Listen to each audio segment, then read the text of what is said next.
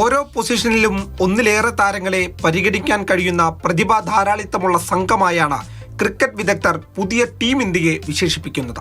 ഒറ്റയ്ക്ക് മത്സരം ജയിപ്പിക്കാൻ കെൽപ്പുള്ള താരങ്ങൾ ഒരു വേള പരീക്ഷിക്കപ്പെട്ടെങ്കിലും സമ്മർദ്ദഘട്ടത്തെ അതിജീവിക്കാൻ കഴിഞ്ഞത് വിജയത്തിന് നിർണായകമായി. മുൻനിര പരാജയപ്പെട്ടിടത്ത് മധ്യനിര അവസരോചിതമായി ഇടപെട്ടു.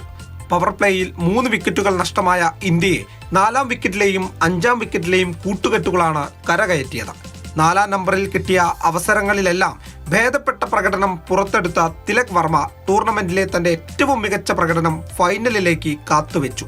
സൂപ്പർ 4-ലെ അവസാന മത്സരത്തിൽ നിർത്തിയിടത്തു നിന്നാണ് തിലക് ഫൈനലിൽ തുടങ്ങിയത്. മോശം പന്തുകളെ തിരിഞ്ഞുപിടിച്ച് ആക്രമിച്ച് കളിച്ച പക്വതയോടെയുള്ള ബാറ്റിംഗ് പ്രകടനം തിലകിന്റെ തലവര മാറ്റുമെന്നത് ഉറപ്പ്.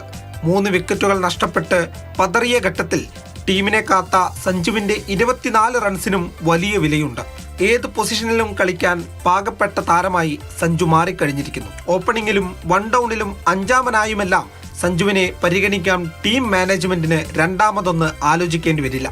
ഗില്ലും സൂര്യകുമാർ യാദവുമൊക്കെ ഫോം കണ്ടെത്താൻ പാടുപെടുമ്പോഴാണ് അഭിഷേക് ശർമ്മയ്ക്കും തിലക് വർമ്മയ്ക്കും സഞ്ജു സാംസണും അടക്കമുള്ള താരങ്ങൾ ടീമിനെ ചുമലിലേറ്റിയത്. Sports desk, Mathrubhumi news.